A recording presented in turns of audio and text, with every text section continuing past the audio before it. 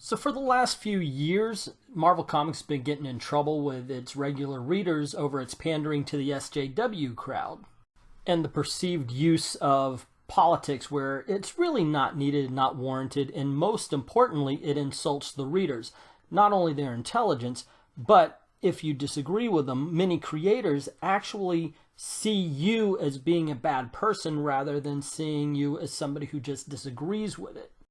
And of course, Marvel's been getting the warning from the readers where we say, hey, look, you are pandering to people who don't read comics, and you're pushing aside the people who've been loyal readers. Now, of course, there have to be some SJWs who are actually into comics, but for the most part, they don't care. They just care about controlling the medium and the narrative. So meet Marvel Entertainment CEO and future Bond villain, Ike Perlmutter. He's been a Trump supporter since the beginning. Unfortunately for the SJW crowd, they didn't know that. That information has just come to light recently, and now they have a conundrum. Do they boycott Marvel Comics, which might actually punish Ike Perlmutter? It won't, because he's very, very rich. Or would it just cut them off from the comic books that has increasingly become SJW-oriented? Enter anti-Trump and feminist group The Resistance. Nice picture, Resistance. Seriously, good boobs. Anything more than a handful, really, you're just risking a sprained tongue. But anyway, thank you for the picture. However, this group has launched quite a few boycotts in their time.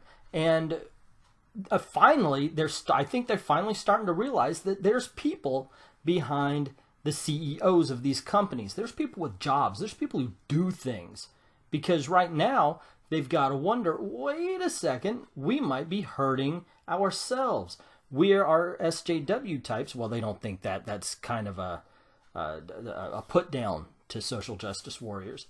But anyway, they are the social justice types. And if they boycott Marvel Entertainment, then they're going to be harming other social justice types. While I personally don't agree with boycotts, although I boycotted Chick-fil-A for bad food and Papa John's for raw pizza way before any social justice warrior decided to do it, ultimately there are regular people who get hurt. Like I said before, you're not going to hurt Perlmutter if you do this. It's just not going to happen. However, oh yeah, and Uber, trust me, Uber is not going to suffer if you stop using Uber. Who's going to suffer are the people who look to that as a job. People who maybe they can't find other jobs and driving is the only skill that they've got that they can use. That's who you're hurting. Because trust me, the CEOs of Uber could retire right now and be very happy.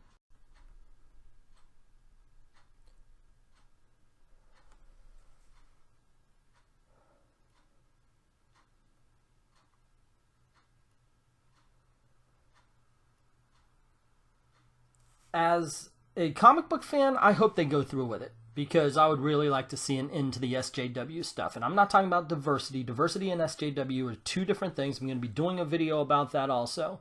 I am talking about the stuff that's thrown in our face, and if we don't agree with it, we're called evil in some way, shape, or form. Isms, ists, and all sorts of stuff. I'm talking about the shit that makes the Mockingbird t-shirt happen, and the Unstoppable Wasp, where it's yay, I don't even mind pro-feminist and pro-girl, girl power, go on ahead. But when you have to put down others in order to build yourself up, it is not good. It is not, in any way, shape, or form. And that is what's behind the SJWs today, and that is what is put at risk should the SJWs decide to go through with a boycott. Would it ultimately make a dent? I have no idea. How much are the SJWs actually buying compared to the guys who would have bought it anyway and even support the SJWs? Because for every voice like mine, there has to be one or two that are on the other side of the table. I've talked to a couple. But the thing is, and once again, and this is something they have to really pay attention to, is you're not hurting Ike Perlmutter. But he is not at risk. What you risk is losing all of the SJW-oriented comics that they professed to love. Not bad to me, but maybe bad to them, and that's something they need to think about. So those were my 2 cents. What are yours? What do you think about the SJWs putting at risk the very books they profess to love? Let me know in the comments below. Also, if you like this video, you want to see more, just click on any of the boxes surrounding this image to see more. And don't forget to click like, share, and subscribe because it helps me out. And